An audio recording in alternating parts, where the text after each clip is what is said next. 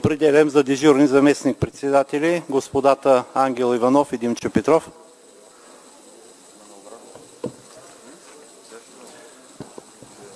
Постъпило е заявление от господин Йордан Иванов. Уважаеми господин председател, на основание член 30 алинея 4, точка 4 от Закона за местно самоуправление и местна администрация подавам пред вас заявление до ОИК Пловдив, с което моля да ми бъде прекратено предсрочно пълномощията на общински съветник от ПП Демократична България Обединение, Общински съвет Пловдив. С решение 2 от 5 януари 2022 година на Министерски съвет на Република България на основан член 143 алинея 2 от Конституцията на Република България от Закона за администрация съм назначен за областен управител на област Пловдив, поради което е налице несъвместимост с пълномощията ми на общински съветник. Приложение решение 2 от 5 януари на Министерски съвет на Република България. Заявлението на господин Иванов е препратено до ОИК Пловдив, чието решение искам да прочита. Общинска избирателна комисия Пловдив, решение номер 290 МИ Пловдив, 11.01.22 година, относно прекратяване на правомощията и заличаване на избран общински съветник и обявяване на избран за следващия от листата кандидат. Подадено е заявление от Йордан Яворов Иванов до Общинска избирателна комисия Пловдив, в което се заявява, че са налице основания по член 30 алинея 4 от ЗМСМА за предсрочно прекратяване на пълномощията му като общински съветник в община Пловдив, поради назначаването му на длъжност несъвместима с изпълнението на функциите.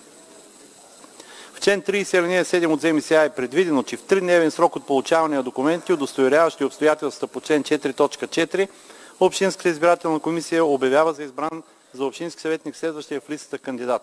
С решение номер 112 МИ от 24.9.19 на Общинска избирателна комисия Пловдив е регистрирана кандидатска листа на Коалиция Демократична България Обединение.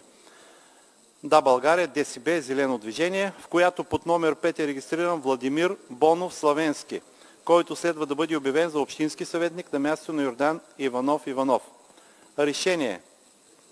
ОИК реши: първо, прекратява предсрочно пълномощията на Йордан Яворов Иванов, избран за общински съветник от листата на Коалиция Демократична България. Второ, обезсилва издаденото на Йордан Яворов Иванов удостоверение за избран общински съветник. Трето, обявява за избран за общински съветник следващия от листата на Коалиция Демократична България Обединение Владимир Бонов Славенски и издава удостоверение на избрания за общински съветник кандидат. Въз основа на заповедта на ОИК, господин Славенски, моля, заповядайте на трибуната за полагане на клетва пред Общинския съвет.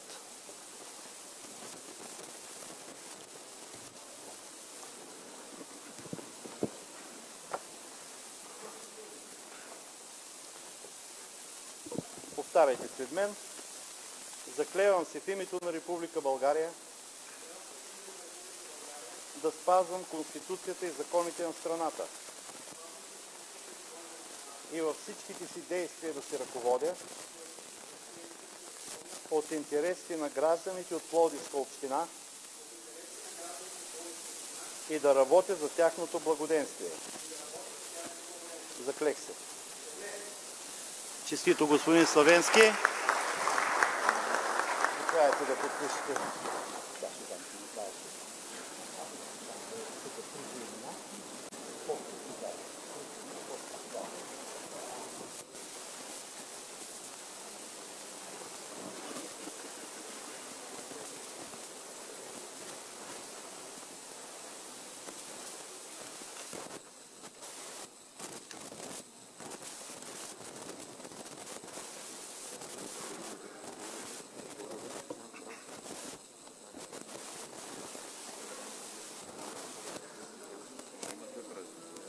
Благодаря ви, желая ви здраве и успех при изпълнение на клетвата, която току-що положихте.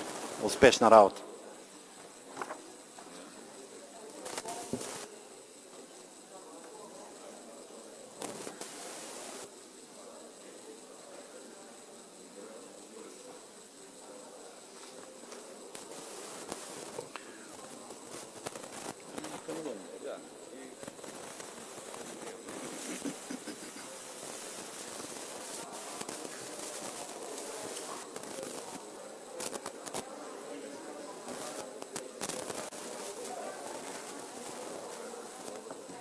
Колеги, преминаваме към обсъждане на дневния ред.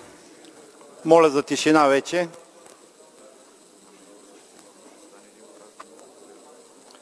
Преминаваме към обсъждане на дневния ред на днешното заседание.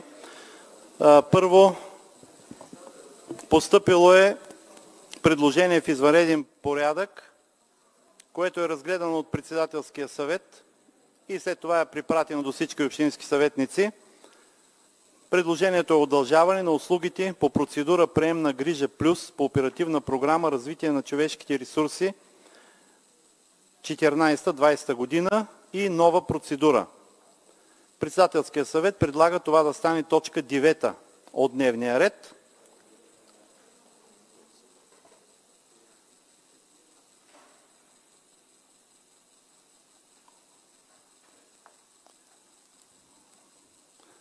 Други отношения по дневния ред. Първо от вносителя. Господин Родопски, вие ли ще направите предложението от вносителя?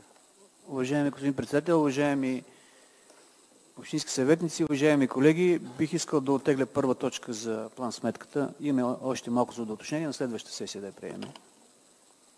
Благодаря, господин Родопски. От вносителя точка първа е оттеглена от дневния ред. Давам думата на господин Величков за изказване. Господин Величков, заповядайте. Уважаеми господин кмет, уважаеми заместник кметове, уважаеми господин председател, уважаеми колеги, към нас е постъпила една протестна декларация във връзка с точка 6 от днешния дневен ред, на която са подписали 34 човека. Смятам, че е редно ние да уважиме претенциите на тези 34 човека, защото те не са просто претенции, според мен са едни нормални изисквания и затова предлагам въпросът точка да бъде оттеглена от дневния ред. Става въпрос за КСУ Свети Георги и да бъде преразгледана и разбира се да бъдат разгледани исканията на въпросите 34 протестиращи души. Благодаря ви. Благодаря, господин Величков. Вие предлагате точка 6 да бъде изтеглена от дневния ред.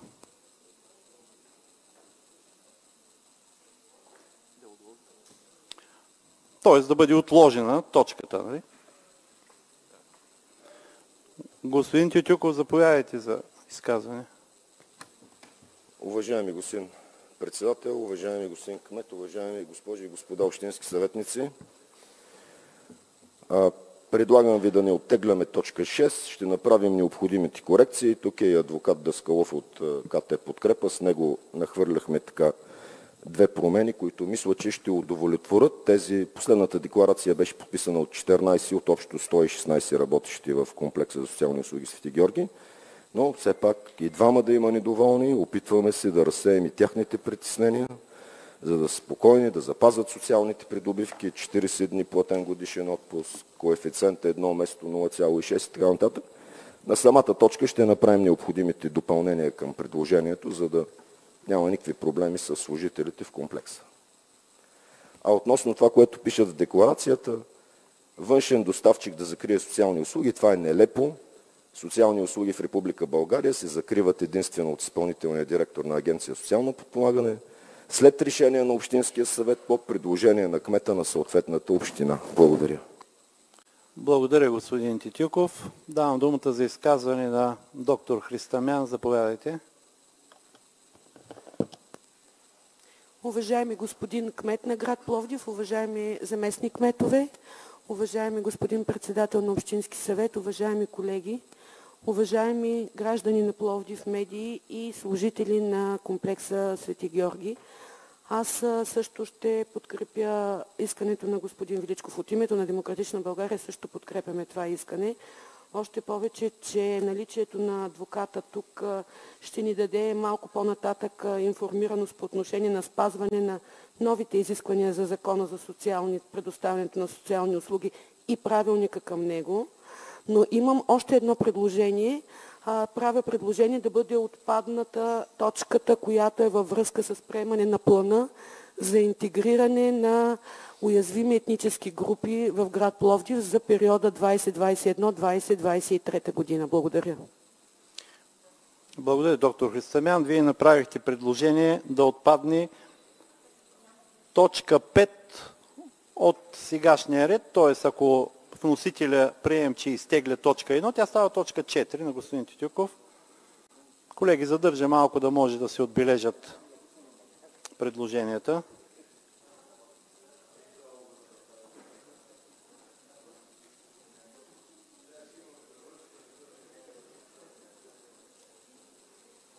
Давам думата на госпожа Александрова за изказване. Госпожа Александрова, заповядайте. За реплика. Репликата ми беше към господин заместник кмета. Тъй като сега в момента ще правим някакви корекции с присъствието на адвокат и така нататък, и тъй като точката не е достатъчно пълна и ясна, поддържам искането, което преди малко направи и колегата Христамян, тази точка да бъде отложена за следващата сесия, да може да разгледаме и всички корекции, които сега ще бъдат направени на крак. Благодаря. Благодаря, госпожо Александрова.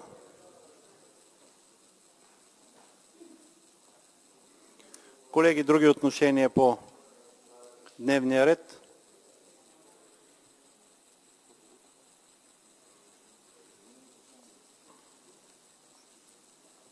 Реплика, господин Тютюков. Уважаема госпожо Александрова, корекцията е една. Да се приложи член 123 от Кодекса на труда, за да могат да ползват тези придобивки, които са по колективния трудов договор, които казах. 40 дни платен отпуск, коефициент за прослужено време единица, вместо 0,6, ако бъдат наново преназначени. Това е корекцията и член 60 ли беше от АПК, предварително изпълнение. Аз не виждам смисъл да се отлага тази точка, още повече. Това не е точка за закриване на комплекса за социални услуги Свети Георги.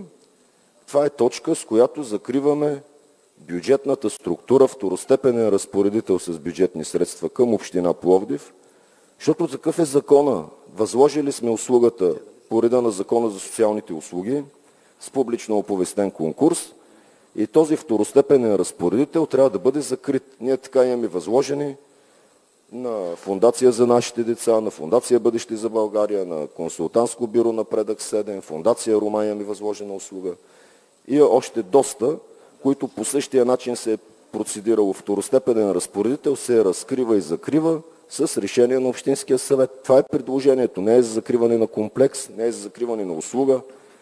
116 служителя остават същите, 170 потребителя остават същите, 90 постоянно живеещи там в резидентни услуги, 80, които идват сутрин, близките си ги прибират вечер. Аз не виждам никакъв смисъл да се отлага тая точка. Хората искат да се приложи член 123, съгласяваме се, прилагаме го и вървим напред. 31 януари е близо. Аз не знам кога е следващата сесия. Да не стане късно. Благодаря, господин Тютюков. Колеги, има постъпили 3 предложения относно дневния ред. Освен това, че вносителят изтегли точка 1 от дневния ред, подлагам тези предложения на гласуване. Първото е предложението на Председателския съвет за извънредното предложение, което влезе, което предлага да стане точка 9 от дневния ред. Това, което аз предложих от името на Председателския съвет. Подлагам това предложение за извънредното предложение да стане номер 9 на гласуване. Моля, гласувайте. Извънредното предложение подлагам на гласуване, което влезе като извънредно да стане точка 9. Това беше предложението за удължаване на услугите по процедура патронажна грижа плюс. Това не е коментирано.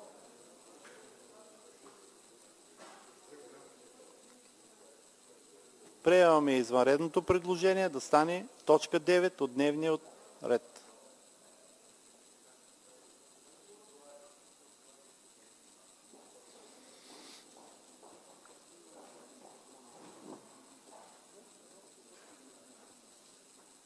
...34 за, 0 против, 3 въздържали се.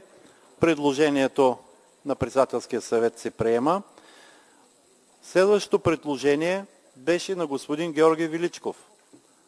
Точка 6 да се отложи за следваща сесия. Точка 6, която всъщност касае комплекс за социални услуги Свети Георги. Подлагам предложението на господин Величков на гласуване. Моля, гласувайте.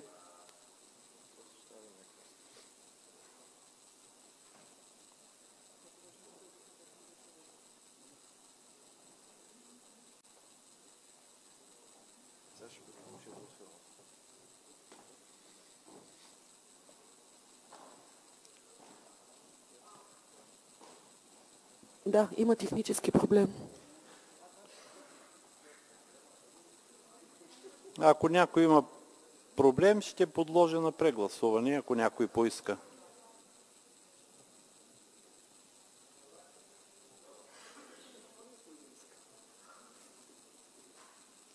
(28) За, против 3, 8 въздържали се. Предложението на господин Величков се приема. Някой има ли нещо да поиска? Ще изчакаме, не се притеснявайте, трябва да е наред. 28 за, 3 против, 8 въздържали се. Предложението на господин Величков се... Да.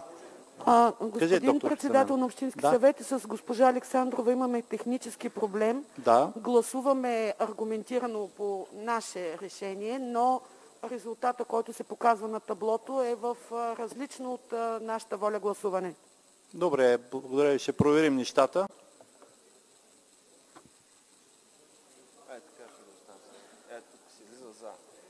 Сега вече излезе коректно. Благодаря ви, доктор Христамян. Ако някой забележи и най-малко нещо, което го смущава, моля да каже, спокойно ще коригираме нещата технически, ако е необходимо. Преминаваме към следващото предложение. Това е предложението на доктор Христамян относно точка 5. Казваме точно точката, да не се получи объркване. Приемане на план за действие на община Пловдив за интегриране на уязвими етнически групи за периода 2021-2023 година да отпадне. Това е предложението на доктор Христамян. Моля, гласувайте.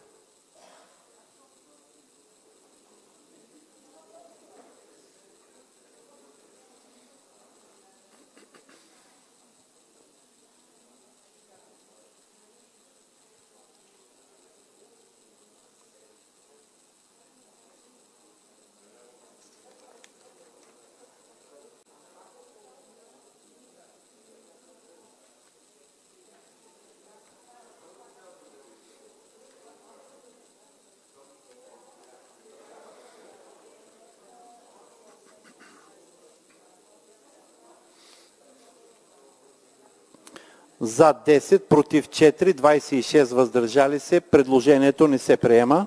Господин Държиков, може би наистина има някакво объркване на схемата. Беше показано, че господин Темелков е гласувал, той не е изобщо в залата и компютъра не му е включен. Сега при това гласуване, господин Димитров. Просто са разбъркани горе, иначе излизат реално гласовете, така че мисля, че няма проблем. Поименното излиза коректно, така че няма проблем. Само схемата е. Колеги, аз защото гледам отпред и там всичко коректно излиза. Вие не можете да видите с гърба, но от среща всичко е коректно, което виждам. Тук ли е добре? Да. Господин Държиков, панела господин Георгиев, гледайте поименно. Панела с кутийките, който показва като места кой как е гласувал, го дава, че е гласувал, той изобщо не е му включен компютъра. Ами не гледайте панела, явно, че тук има техническа грешка, която няма да затрудни реалното отчитане. Едното от двете трябва и двете неща да са верни, според мен, щом се изпитват така. Господин Държиков, прости, поименното гледаме, коректно е. Благодаря. Да, аз виждам, че е коректно поименното. Технически ще проверим нещата. Но това, което съобщавам и поименното, което излиза и се вкарва в системата, е коректно. И там го няма. Господин Тимелков. Не знам тук защо се получава, но смятам, че това не е пречка да продължим. Аз ще ви казвам резултата, който е коректен и така ще е отразен. Така, само изчакваме дневния ред, който трябва да придобие нормално, когато са готови. Пак да повторим от дневния ред, всъщност точка първа, казвам от първоначалния дневен ред, беше оттеглена от вносителя, беше добавена като последна точка предложението, което беше внесено в извънреден порядък, и точка 6 за комплект социални услуги беше отложена и беше прието от Общински съвет. И при това положение точките в дневния ред остават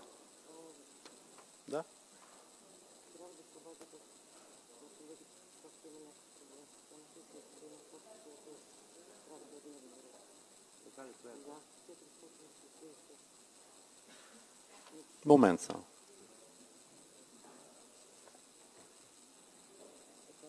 Тя се отложи.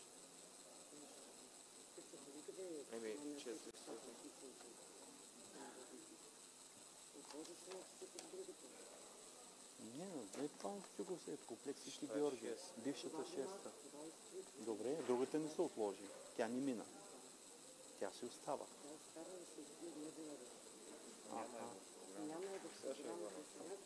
Какво? 5 минути почивка?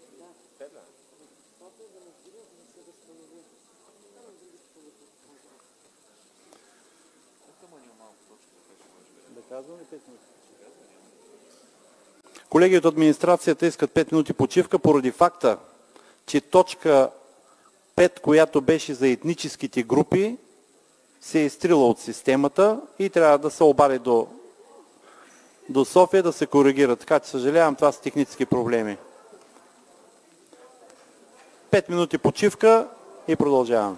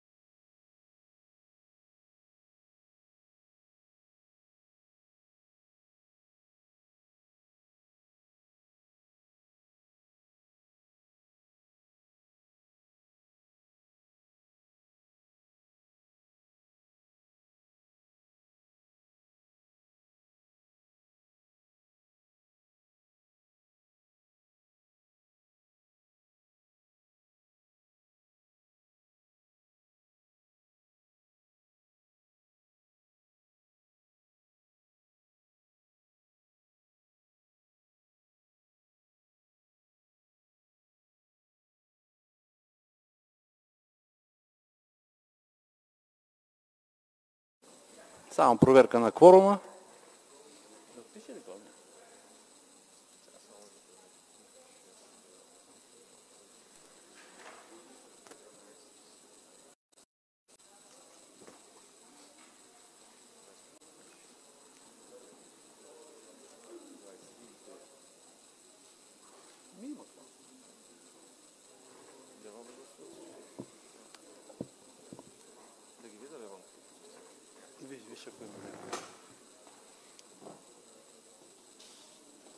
Само последно повикване тук да влизат колегите.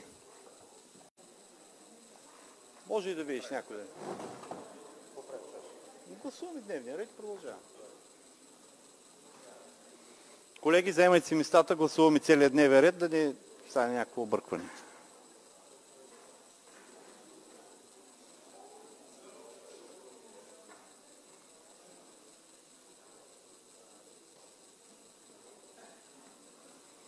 Така, продължаваме нататък. Колеги, преди да гласуваме дневния ред, пак искам да уточня, макар че вече е ясно, от така предложения дневен ред, който беше от 8 точки, приехме извънредно предложение за удължаване услугите по процедура патронажна грижа плюс, да стане последна точка от дневния ред. Вносителя изтегли точка 1, която беше за план сметката, и Общинския съвет отложи закриването на второстепенния разпоредител на комплекс за социални услуги Свети Георги.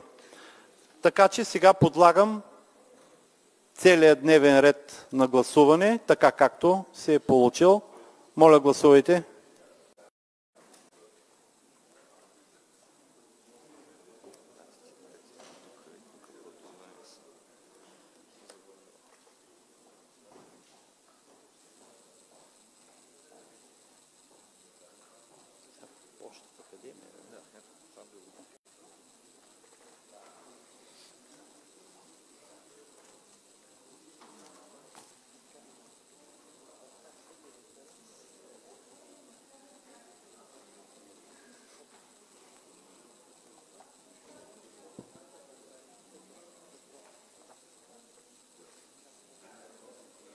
За 35, против 0, 4 въздържали се. Дневният ред се приема.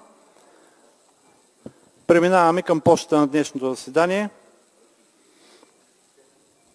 Постъпило уведомление от кмета на община Пловдив. Уведомяваме, че за периода 24.12 до 4.1 включително кмета на община Пловдив ще отсъства. Функциите на кмета на община Пловдив ще бъде изпълнявано от господин Йордан Ставрев, зам.кмет обществен ред и сигурност. Постъпило е уведомление от секретаря на община Пловдив за прекъсване ползването на отпуск на кмета на община Пловдив. Уведомявам ви, че за прекъсване ползването на отпуск на кмета на община Пловдив, считано от 4.1. Съгласно заповед, цитира се заповедта, копия от която предлагам към настоящото писмо. Уведомление от господин Иван Стоянов, кмет на район Източен, че ще ползва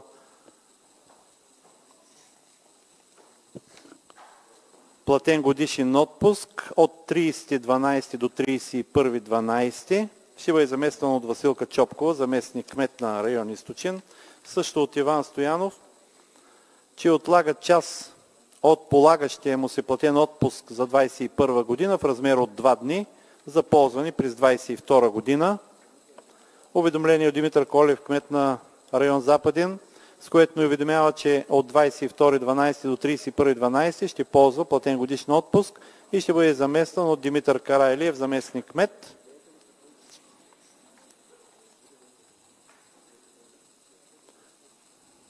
Писмо от Димитър Карайлиев, изпълняващ временно функциите на кмет на Западен, с което уведомява, че господин Колев ще ползва отпуск поради време на нетрудоспособност за времето от 4.1 до 7.1 и функциите ще бъдат изпълнявано от Димитър Карайлиев. Получило е от двама колеги уведомление, че няма да могат да присъстват. Господин Тодор Стоилов поради здравословни причини ще отсъства на днешното заседание и господин Николай Радев, който ни уведомява, че е под карантина след заболяване от COVID и няма да присъства на днешното заседание. С това приключваме по пощата от дневния ред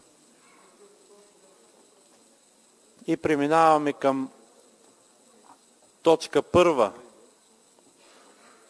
от дневния ред. Предложение за приемане одобряване на проект за изменение на подробен устройствен план, план за регулация на част от квадрат 61 по плана на старинна градска част, град Пловдив. Отношение по точката.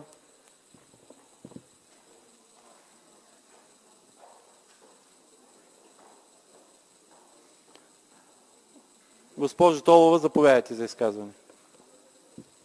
Уважаеми господин Държиков, уважаеми колеги общински съветници, на комисия правна, когато беше дискутирана тази точка, бе поискано становище от кмета на район Централен, който е инициатор. Включен ли е микрофона? Извинете, госпожо Толова. Да. Да, добре. По-близо може би.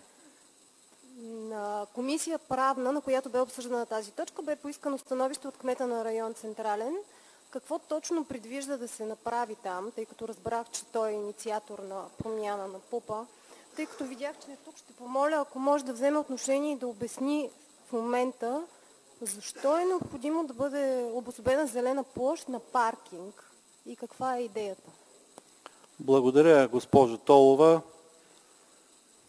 Господин Стаменов, може би ще вземете отношение по въпроса на госпожа Толова.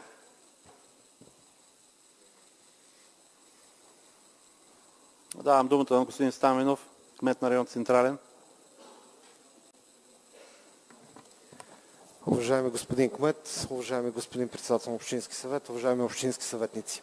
В случая тук говорим за имот, който е 211 квадратни метра, който по регулация в момента е около 90 квадрата озеленяване и 120 квадрата улична инфраструктура, която представлява един тупик с ширина 3 метра, който забива в крепостна стена на Филипопол.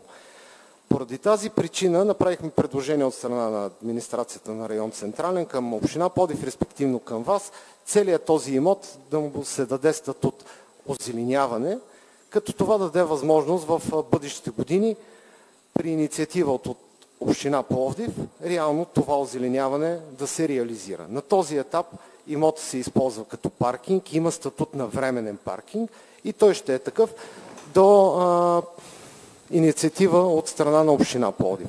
Дори и към днешна дата с така съществуващия ПУП, ако има тази инициатива, половината от имота съответно може да бъде озеленен. Това е имот, който е между Стария град и Капана и ако в един момент наистина бъде озеленен, ще даде една глътка въздух на тази зона, която за съжаление е лишена от озеленяване.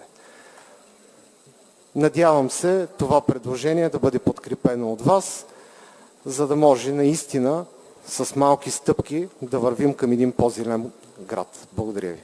Благодаря, господин Стаменов. Давам думата за изказване на госпожа Костова. Заповядайте. Благодаря, господин Държиков. Към госпожа Толова, аз по едно време ми се стори, че дори не чух правилно. Вие питате защо община Пловдив иска да озеленява площ. В смисъл, за мен това е един абсурден въпрос. Как може да задаваме такива въпроси на фона на ситуацията, в която се намира града? На града трябва много повече зелени площи, така че да се питаме защо един парцел от 200-300 квадрата ще го озеленяваме, меко казано смешно. Благодаря. Благодаря, госпожа Костова. Господин Йордан Илиев. Реплика първо има госпожа Толова. Заповядайте, госпожо Толова. Госпожо Костова, аз не знам дали вие въобще сте запозната с мястото, за което говорим.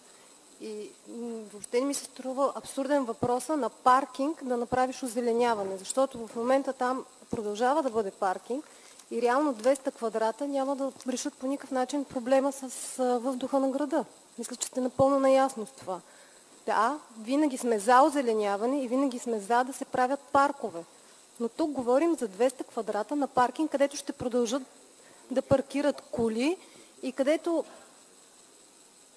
Това не сме сигурни дали ще е така, но Говорим за целесъобразност. Не е въпроса дали да бъде или да не бъде зелена площ, а дали ще бъде целесъобразно точно от това място да бъде озеленено. Благодаря, госпожо Толова. Давам думата за изказване на господин Йордан Илиев. Заповядайте. Уважаеми господин председател, уважаеми господин кмет, уважаеми колеги, по време на заседанието на правна комисия много правилно колегата Георгиев каза, че наистина, особено в централна градска част, в старинната част, в Капана, в тези малки места, колкото и да е минимално 50 квадрата, 100 квадрата или 120 квадрата, наистина се съгласяваме с него, че всяка една площ, колкото и минимална да е, има ли възможност да бъде озеленена, то наистина трябва да бъде озеленена, защото това, както каза колежката Костова, всъщност това са белите дробове на града и трябва да се използва всяка такава възможност. Благодаря ви. Благодаря, господин Илиев. Господин Парасков, заповядайте за изказване. Благодаря, господин председател. Аз искам само да направя едно включване, като смятам, че точно сега е назрял момента да повдигнем отново темата за създаване на такова звено, което да работи в община Пловдив, зелена система, което всъщност да изпълнява функцията на и да даде най-високата експертиза, без да се достига до необходимостта ние тук да спорим дали някъде може да се засади дърво или не. Всички знаем, че там е скалисто, това е в подножието на тепето, въобще никой не знае дали накрая няма да се наложи единствено и само 2 саксии да се сложат там. Нали, никой не може това нещо в момента тук да го установи. Затова използвам момента просто отново да призова администрацията и може би ще направи така инициатива, да седнем и да поговорим отново за създаване на такова звено. Колегите също нееднократно са го заявявали, така че смятам, че ще го заработим заедно. Благодаря, господин Парасков. Реплика, госпожа Костова. Репликата, понеже преди малко не можах да натисна реплика. Разбрах. Естествено, 200 квадрата, 10 квадрата, аз това постоянно го говоря. Едно дърво да засадим има смисъл. Така че изобщо не искам да коментираме защо какъвто и да е малък парцел ще става зелена площ. Такива парцели трябва да има много. Към колегата Парасков, разбира се, зелена система, ето господин Тимчев е тук, той знае. Били сме на срещи с него много пъти, говорили сме, наистина се надяваме да видим в най-скоро време звено зелена система, което да бъде наистина работещо с хора специалисти, които са вътре и работят, ландшафтни архитекти, арбористи и така нататък и нека да видим града ни все по-зелен. Благодаря. Благодаря, госпожа Костова. Господин Тимчев, думата ли искате или просто? Благодаря ви. Други изказвания по точката? Няма. Подлагам цялото предложение на гласуване. Моля, гласувайте.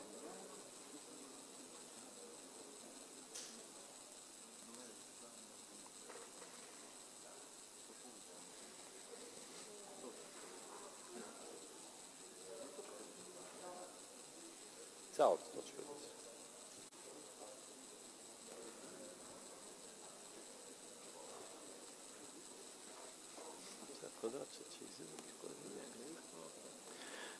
...37 за, 0 против, 6 въздържали се. Предложението се приема. Преминаваме към точка 2 от дневния ред. Одобряване на проект за изменение на откриване на процедура за продажба на 66 608 броя акции от капитала на Градски транспорт Пловдив АД в несъстоятелност, представляващи 2% 84 от общия брой акции от капитала. Изказвания по точката.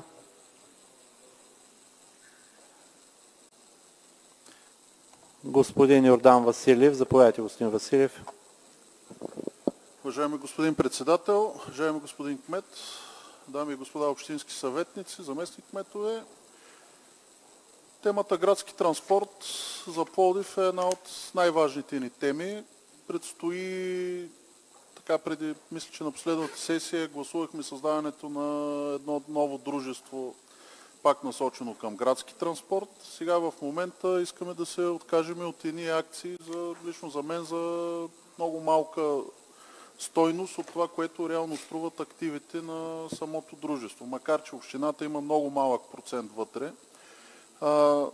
Тук може би преди да вземем решение, макар че ние от групата на БСП сме против такава продажба и това община Пловдив във времето ни си е потърсила всичките права да си възстанови най-малкото контрола върху това дружество. Знам, че може би някой ще засегнете, че е имало някакъв ангажимент и към нашата партия и замесени лица от нашата партия, но в крайна сметка първият интерес е на пловдивчани, не партийния интерес.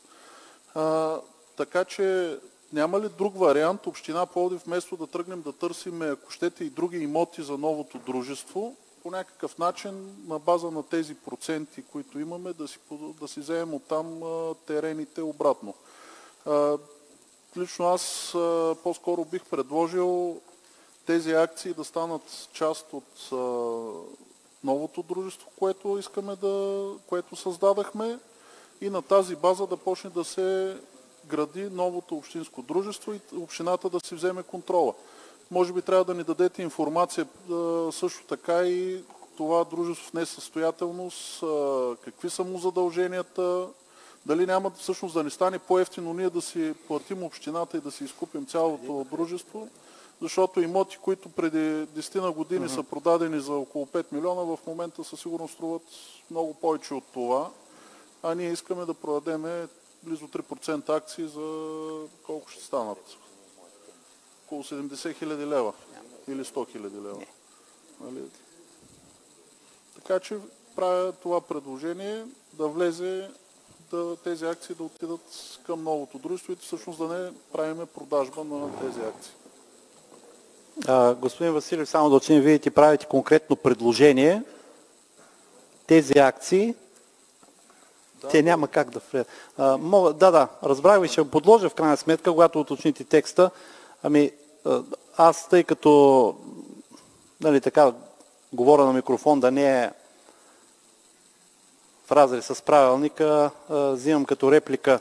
Наистина, вие знаете историята, предполагам, на градски транспорт. Аз много добре я знам, кога и как се получи, кои хора бяха замесени и така нататък. Градски транспорт до, мисля, 2009 година, декември, имахме 33% акции общината в градски транспорт. Получиха се неща, на които няма да се връщам, след дигане на капитала на градски транспорт, общината остана с въпросните 2,84% от 33%. Знам тези факти, защото веднага след това вдигане на капитала аз станах представител на община Пловдив градски транспорт и близо 2-3 години бях представител. Ходих на общи събрания, където просто ходих като една мебел, стоях си и гледах какво решават другите. Но само искам, за какво взех репликата, да обърнем внимание, че с решение на Пловдивския съд от 8.10.2019 година фирмата, знаете, е писано и обявена в несъстоятелност. Но по-важното е, че се прекратяват правомощията на органите на дружеството и постановява да започне осребряване на имуществото с цел гарантиране интересите на кредиторите.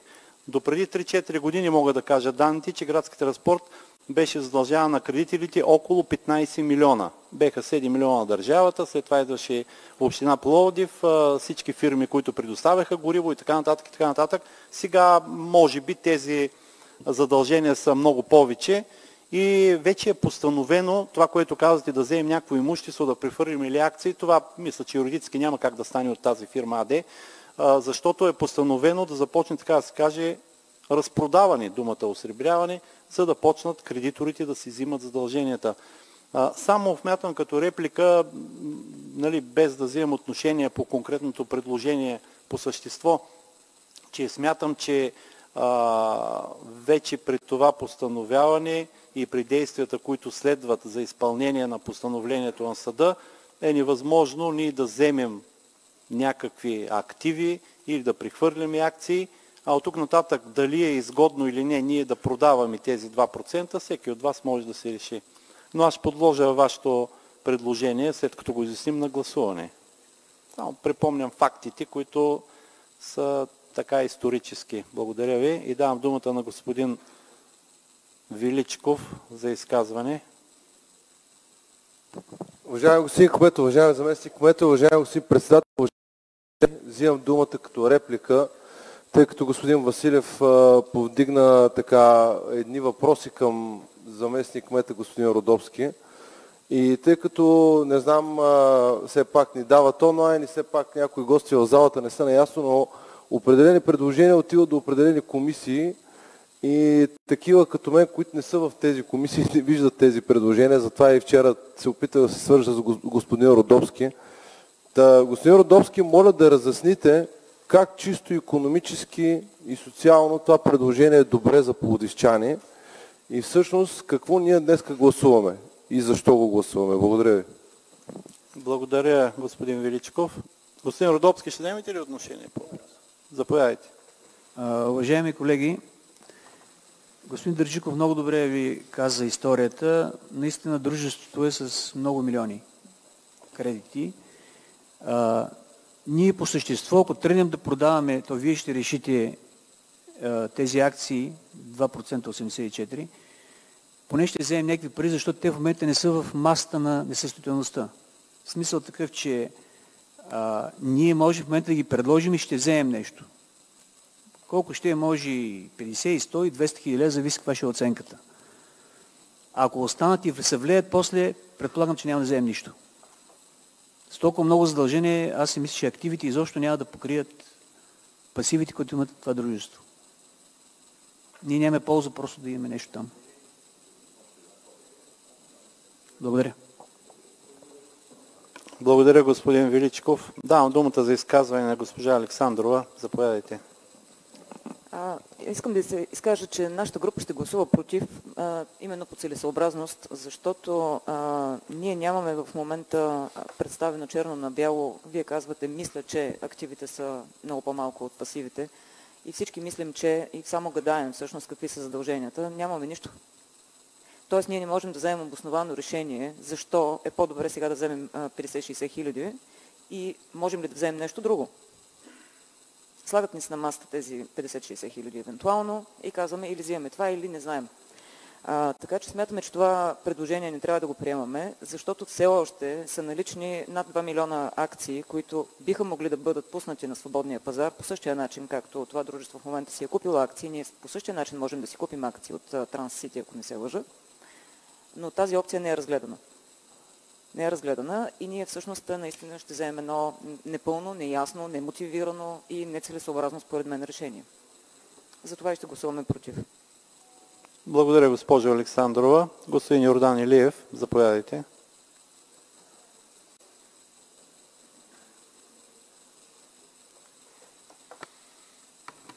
Уважаеми господин председател, уважаеми господин кмет, уважаеми колеги, виждам, че тук отново се получава нещо много интересно. Ние днес сме събрани, обсъждаме, гневим се, вълнуваме се, за да стигнем до една интересна ситуация, в която, разказвайки тук едни приказки, отново партията майка, да я цитирам ли не знам, партията майка днес под благоденствието и отново, нали, понеже сега в момента е във властта, и господата колеги от партията майка и така нататък се опитват да ме посъветват кое е по-добре да направим. Значи легендата гласи така. Имало едно време едно дружество, което имало 33%. Да, ама, както обикновено става в приказките, изведнъж вместо 33% ние сме останали само с 3%. Да не влизаме в детайли. Даже не 3, а 2,8%. И сега тук започва един много интересен момент. Може да го наречем разсъждаване, умуване. По някакъв начин сега ние ще успеем ли да вземем 80 хиляди лева или не, няма да вземем 80 хиляди, ще вземем 79. Или по-добре да вземем 81 хиляди. А всъщност ние какво сме направили благодарение на партията майка? Не искам да визирам колегите, нали, от БСП сега. не искам да се чувстват засегнати, но благодарение на членове на партията майка, ние сме я докарали до това положение. И сега от тук нататък вече се борим с зъби и ногти за някакви трохи, които партията майка, отново повтарям, ни оставила на нас. И сега добре ли е за пловдивчани или не е добре за пловдивчани? Или може би добре ли е за българите като цяло, но ще видим. Очакваме продължение, защото партията майка и към днешната дата е в управлението на държавата. Така че дано това, което се случва в Пловдив, не се случи в един по-голям мащаб. Благодаря за вниманието, колеги. Благодаря, господин Илиев. Реплика, господин Василев, заповядайте. Господин Илиев, ще приема вашето обращение за партията майка, тъй като всички сме съгласни, че всички сегашни партии произлизат от една единствена в България. Оттам нататък обаче не бива да използваме това, че даден член, бил той преди години и общински съветник, представител на една партия, в частния си бизнес е постигнал нещо. Оттам нататък не си спомням нашата партия БСП да е имала кмет на града, от който да е зависело. Има редица стъпки да не стигнем до това стигане с 2,8% собственост в градски транспорт. Нали така? Нито един кмет до тук не се е взел с това нещо. Сега в момента вие ни предлагате, наистина ръководството на общината ни предлага, без ние да знаеме задълженията, срещу тези задължения активите какво струват да са оценени, ние да вземем едно решение, общината да приеме, да кажем, 70, 80 или 90 хиляди лева. Дори и 100 да станат накрая. Нали, някак си губиме се тук логиката и да ощетяваме бюджета на града, защото, пак казвам, ние след някой месец ще трябва да търсим и да купуваме имоти за милиони, на които да се разположи новото дружество, на където да му се направи базата, на която да се паркират и тролейбуси, и автобуси, и електробуси или каквото е там. Така че моля да не политизираме за партиите майки, да се върнем на това как днеска да защитим интереса на пловдивчани. И дали не може ние да вземем малко повече пари от тия 80 хиляди за пловдивчани. Благодаря. Благодаря, господин Василев. Отговор на реплика, господин Илиев. Уважаеми господин председател, уважаеми господин кмет, уважаеми колеги, почти с всичко съм съгласен от колегата, само с едно нещо не съм съгласен, че тая партия майка е майка за всички, евентуално е майка и на всички партии в момента, които ние представляваме. Ако някой чувства, че тази партия майка е майка и на неговата партия, може би и аз имам едно предложение, нека да излъчим по един представител и да не правим чак толкова много партии, разклонения и фракции, а да може той представител, който е всъщност представител пред лицето на партията майка, да взима еднолично решенията направо. Благодаря ви. Благодаря, господин Илиев. Господин Ангел Иванов, заповядайте за изказване. Уважаеми господин председател, уважаеми господин кмет, уважаеми заместник кметове, уважаеми колеги. Историята я знаеме, повтаряме се да доказваме това, което беше казано. В случая не трябва да политизираме темата, а да видим какво се е случило. Значи на 14 януари 2021 година е проведен търг и от цена 28 стотинки на една акция се е вдигнало почти 4 пъти цената на акцията. Не може ли съответно да се направи така, че тази акция да не представлява вече 1 лев и 4 стотинки, а да представлява много повече и да съответства на стойността си. Не знам какво е съотношението между задълженията, пасивите и активите на фирмата, но ние трябва да търсим възможно най-добрия вариант за Пловдив. Така че това трябва да помислиме, какво и как може да стане. А иначе на едната партия ръководителя не е бил член на оная партия, а на другата партия е бил член на тази партия. Благодаря. Благодаря, господин Иванов. Господин Петров, заповядайте за изказване. Уважаеми господин председател, уважаеми господин кмете, уважаеми колеги, уважаеми журналисти. Аз Няма да говоря за майките, за децата, за бащите, защото се получава един комедиен сериал "Женени с деца". Няма да правя и ретроспекция назад във времето, какво се случва с дружеството. По-скоро основният въпрос, според мен е, и ако някой може да отговори на него, нека да го направи, колко са активите на дружеството, знае ли се колко са и колко са пасивите? Всъщност кредиторите колко трябва да вземат, за да може да се вземе основателно решение в днешната сесия. Ако някой има отговор на този въпрос, нека да го даде и от тук нататък ще се отговорят на много въпроси. Благодаря ви. Благодаря, господин Петров. Давам думата за изказване на господин Слави Георгиев. Заповядайте.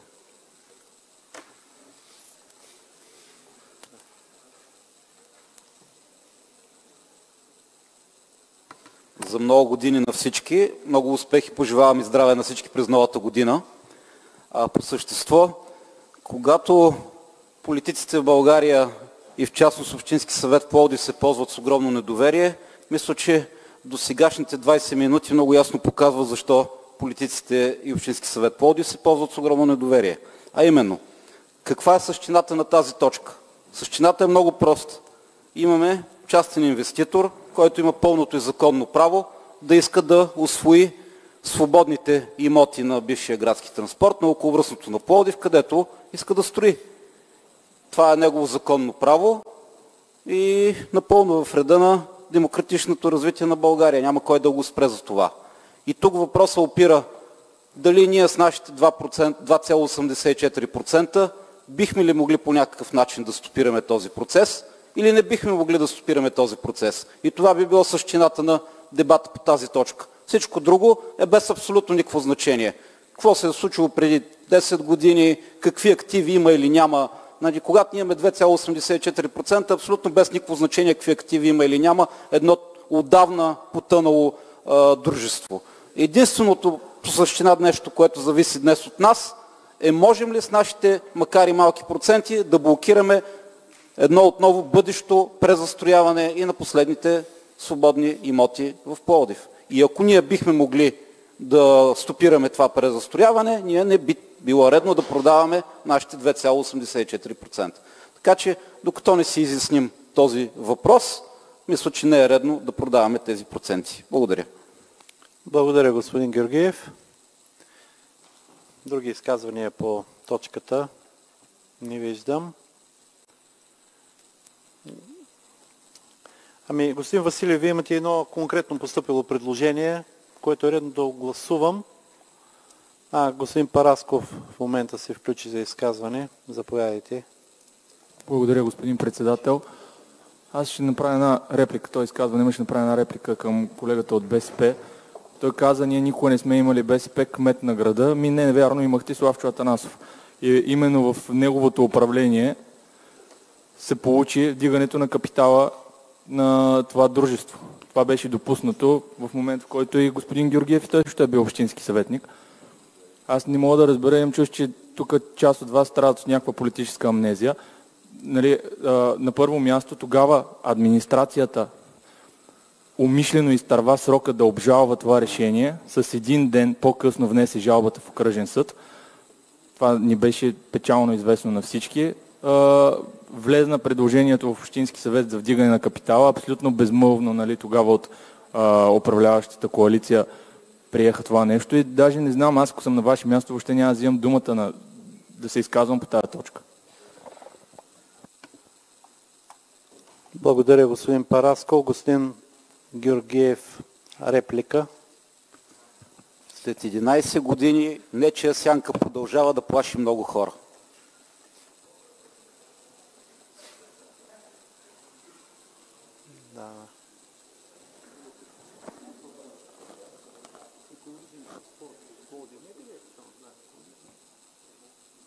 Давам думата за реплика на доктор Баташки. Заповядайте.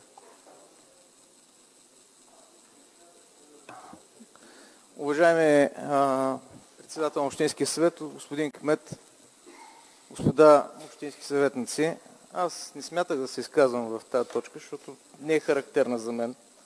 Но след последното изказване на господин Парасков, искам да ви кажа, че Вие също имате доста така активно участие в едни други схеми за окръжна болница, примерно. Там какво ще кажем? Така че по-добре предлагам да прекратим този дебат и да започнем да работим. Предлагам да бъдете конкретен. Благодаря, господин Баташки. Искате ли да бъда конкретен?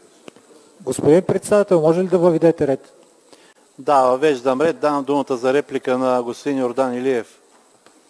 Господин председател, аз ще бъда максимално кратък. Когато стане дума за майката или за партията майка, всички са чувствителни на тая тема. Благодаря ви.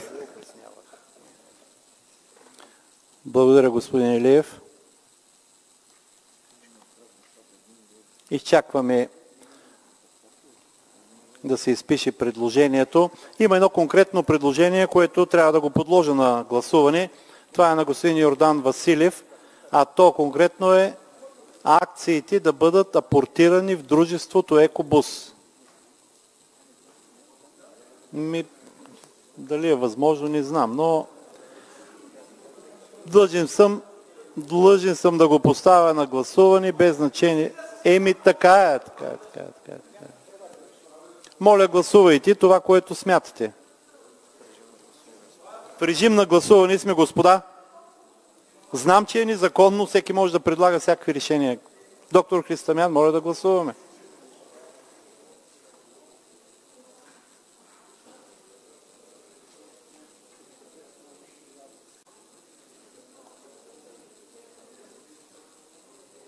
Това го махам.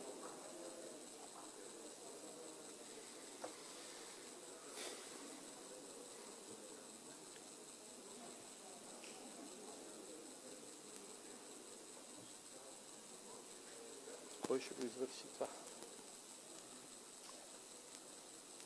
5 за, 8 против, 26 въздържали се. Предложението не се приема. И преминаваме към гласуване на цялото предложение. Моля, гласувайте.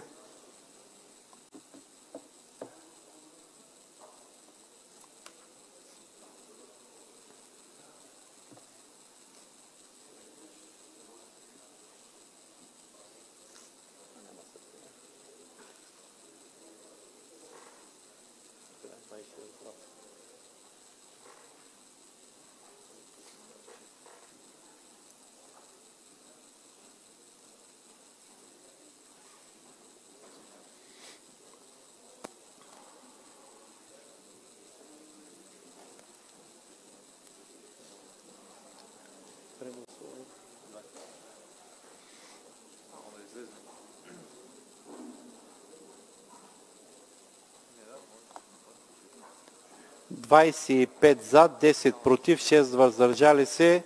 За предложение трябва 26 гласа, така че не се приема. Прегласуване.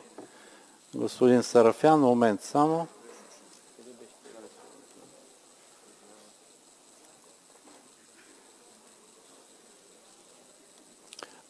Подлагам на прегласуване.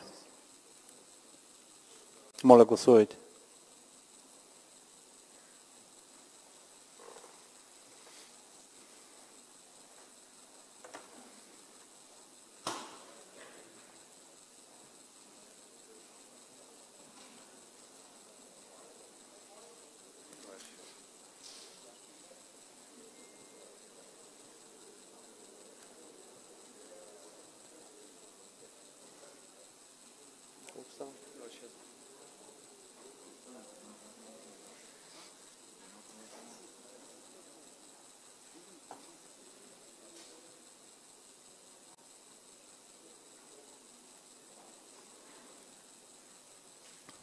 Резултати от прегласуването: 26 за, 10 против, 6 въздържали се. Предложението се приема. Преминаваме към точка 3 от дневния ред.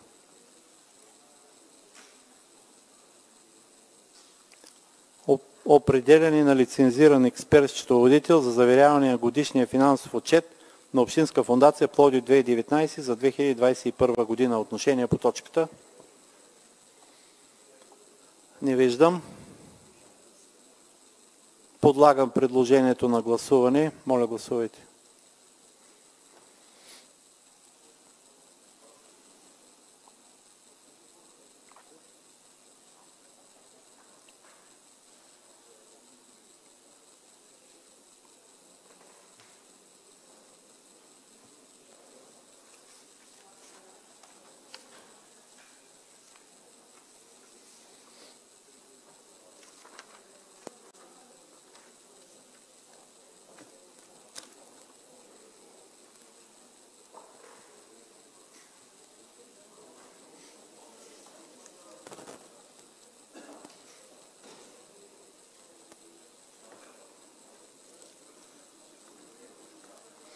41 за, против 0, въздържали се 1. Предложението се приема. Точка 4 от дневния ред. Приемане на план за действие на община Пловдив за интегриране на уязвимите етнически групи за периода 21-23 година. Доктор Христомян, заповядайте за изказване. Чуваме ли се? Уважаеми господин кмет на община Пловдив, уважаеми господа заместник кметове, уважаеми господин председател на Общински съвет, уважаеми колеги общински съветници, уважаеми граждани на Пловдив и медии.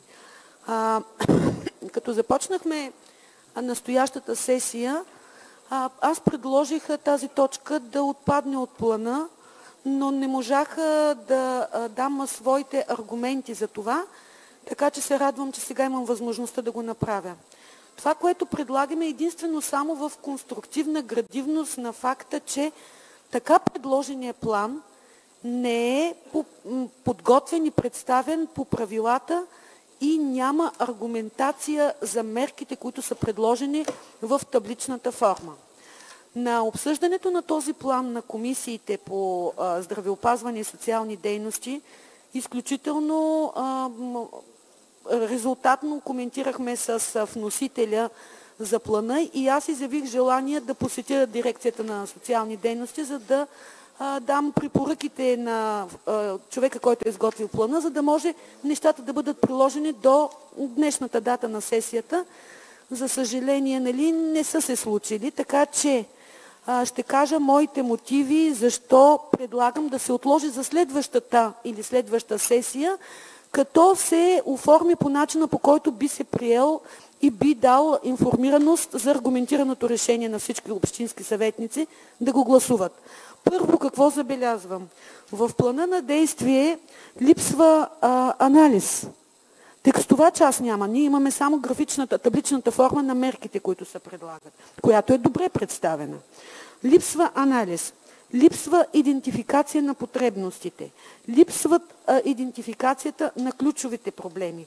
Липсва оценка на досегашните интеграционни политики. Липсват препратките към цел 1 и цел 3 от Националната програма за развитие.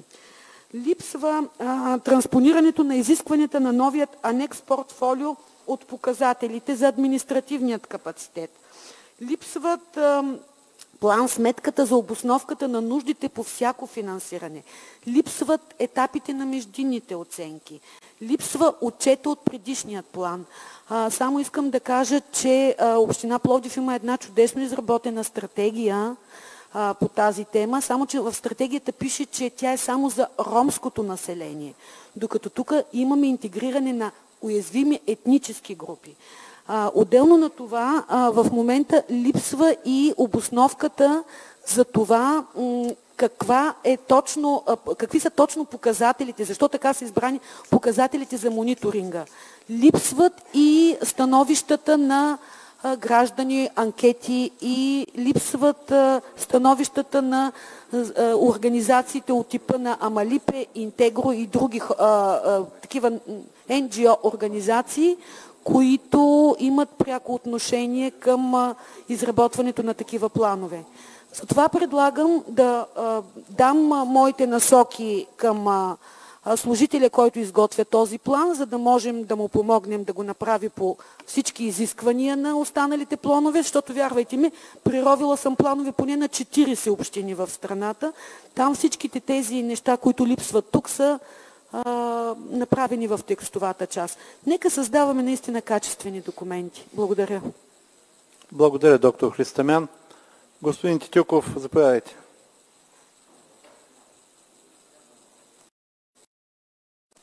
Уважаеми господин председател, уважаеми господин кмет, уважаеми госпожи и господа общински съветници, уважаема госпожо Христомян. Първо една корекция, тъй като е готвен с миналата година. Насякъде годините 2021-2023 да се четат 2022-2024 година. И второ, едно разумно предложение, ако може да приемем този план, да го имаме, пък той винаги може да бъде допълнен, надграден, даже ако приемете, предлагам госпожа Веселка Христомян да оглави една комисия по корекция, допълване и надграждане на въпросния план.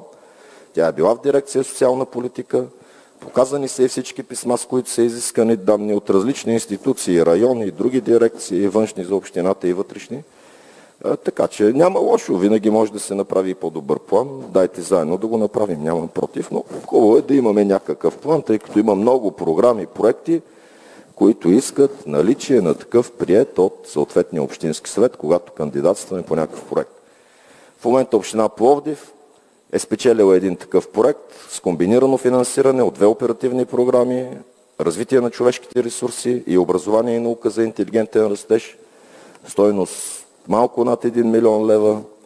Освен интеграционни мерки, образование, музика, допълнителни часове и така нататък, там има и предвидени 77 души, 40 озеленители, 37 хигиенисти да бъдат назначени в ОП градини и паркове, 100% безвъзмездно финансиране. Кандидатствали сме с един проект за 1 200 000 евро пред финансовия механизъм на Европейското икономическо пространство, тъй наречената норвежка програма. Там ресурсът е малък, много общини кандидатстват, надявам се да ни одобрят. Хубаво е да имаме някакъв план, пък после имаме 3 години, винаги можем да го надградим. Благодаря, господин Титюков. Има 2 реплики. Първата на господин Ангел Иванов. Заповядайте.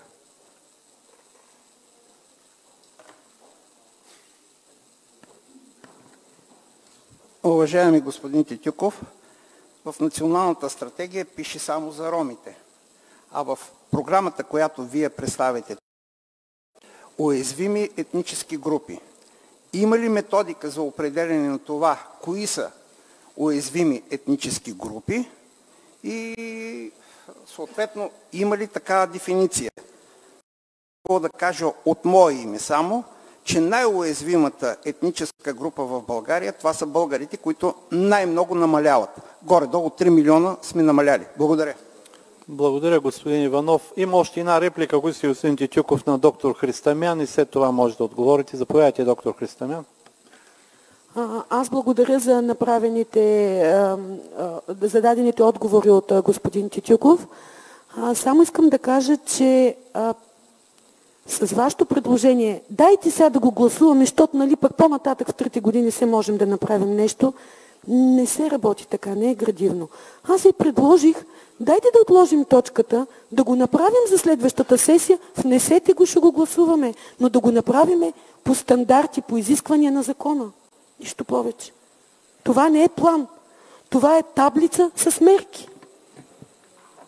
Благодаря, доктор Христамян. Господин Титюков. Уважаеми господин Иванов, няма ясна формулировка. Различните програми, различни министерства, зависи. Някои приемат по доходен критерий за уязвима група, други по етнически признаки и така нататък. Затова сме включили това по-разширено понятие. Ако някой се чувства уязвим, да му помогнем. Уважаема госпожо Христамян, малко е, не знам как да се изразя по-меко, но аз не виждам нищо лошо в това, което предложих. Дирекция социална политика в община Пловдив е доказала изключително висок професионализъм. Община Пловдив е общината с най-добре развита социална мрежа в Република България. Община Пловдив няма социална услуга, която да е разписана в българското законодателство и тя да ни я доставя на някой в нашия град, който има нужда, без значение дали е дете, възрастен, самотно живеещ, човек с увреждане и така нататък. В момента имаме над 1800 асистента, назначени по Закона за личната помощ. Над 220 асистента, назначени по социалната услуга, асистентска подкрепа. Така че не мога да се съглася, че в дирекция социална политика не се работи. Напротив, от 2011 година насам, края на 2011, там се работи изключително усърдно. От 27 услуги, които заварихме, в момента броят им гони 60 социални услуги, които да, те ни са видими, като да построим някой мост, нова детска градина или нещо, булевард да преасфалтираме, да го маркираме, да го осветим, но те са жизнено важни и понякога живото спасяващи за хората, които ги ползват. Така че не мога да приема упреци, мога да приема градивна критика, допълване, надграждане, но да се каже, че в дирекция социална политика не се работи, няма да е честно. Благодаря, господин Титюков. Лично обяснение, доктор Христамян. Господин Титюков, аз точно това казах, когато анонсирах първото изказване. Абсолютно конструктивно и градивно подавам ръка за помощ, така че да създадем един стойностен документ. В моето изказване никъде не съществува думите общината, социална политика не работи добре. Напротив, вие знаете, че дори имам слабост към функциите на социалната политика и винаги сме ги подкрепили. Идеята е наистина да се направи един стойностен документ, който няма да бъде оспорван нито по целесъобразност, нито по законосъобразност. Не пречи това да стане на следващата сесия. Благодаря, доктор Христомян. Господин Георги Величков, заповядайте за изказване. Уважаеми господин кмет, уважаеми заместник кметове, уважаеми колеги, уважаеми господин председател, уважаеми господин Тютюков, искам да ви кажа само, че аз втора година гласувам против програмата за култура на град Пловдив, защото втора година ми се презентира нещо, което звучи по подобен начин. Дайте да имаме някаква програма, защото трябва да имаме някаква програма. И извинявайте много, при цялото ми уважение към вас, вие сте политик, от който аз взимам пример и го казвам съвсем сериозно, но звучи много несериозно от вашата уста да станете срещу нас и да кажете, дайте да имаме някакъв план, па после ще го мислим. Затова ще подкрепя колежката Христомян. Благодаря, господин Величков. Колеги, няма други заявени изказвания. Има едно конкретно предложение на доктор Христомян и то е да се отложи за следващата или следваща. За следващата, конкретизирам, сесия, което подлагам на гласуване. Подлагам на гласуване предложението на доктор Христомян да отложим предложението за следващата сесия. Моля, гласувайте.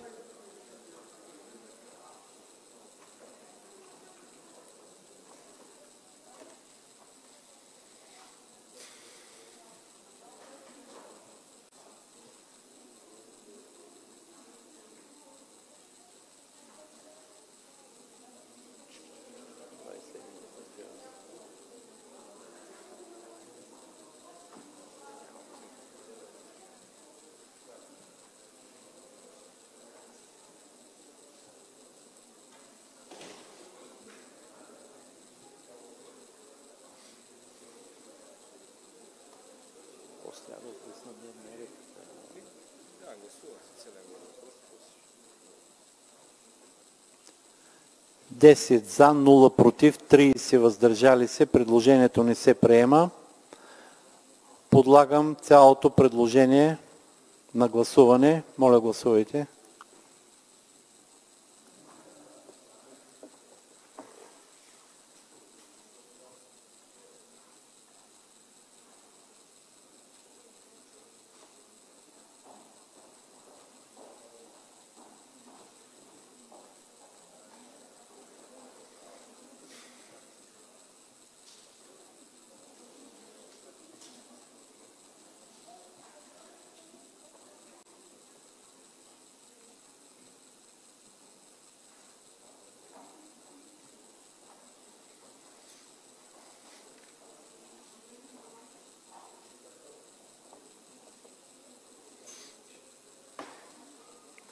За 32, против 5, въздържали се 4. Предложението се приема. И преминаваме към пета точка от дневния ред. Даване на разрешение на управителя на ДКЦ-5 Пловдив ЕООД да проведе публичен търг с тайно наддаване за отдаване под наем за срок от 3 години на недвижим имот собственост на дружеството. Второ, утвърждаване на тръжна документация на ДКЦ-5 Пловдив ЕООД за отдаване под наем за срок от 3 години на недвижим имот собственост на дружеството. Заявки за изказвания не виждам. Подлагам предложението на гласуване. Моля, гласувайте.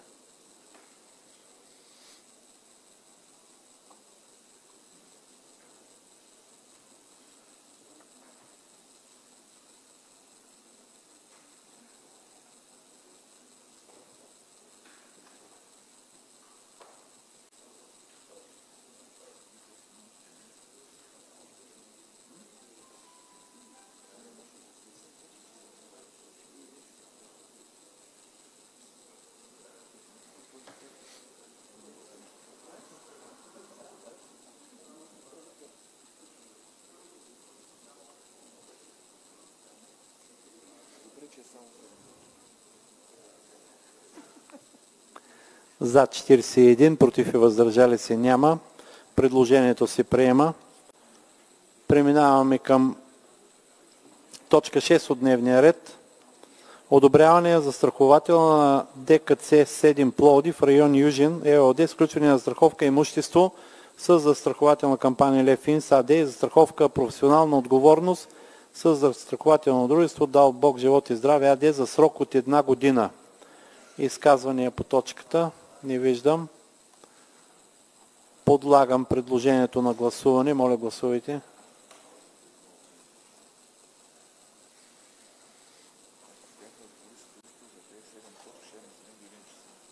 Ето има само две поимени. Три.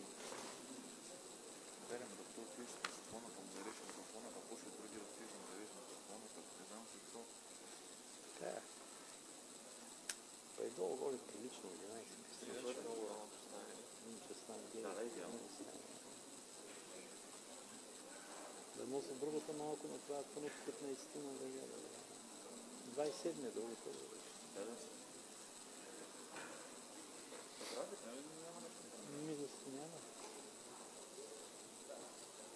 40 за, против и въздържали се няма. Приема се.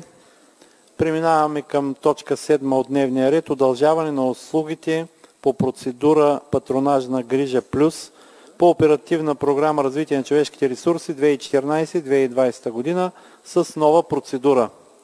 Отношение по точката? Не виждам. Подлагаме на гласуване. Моля, гласувайте.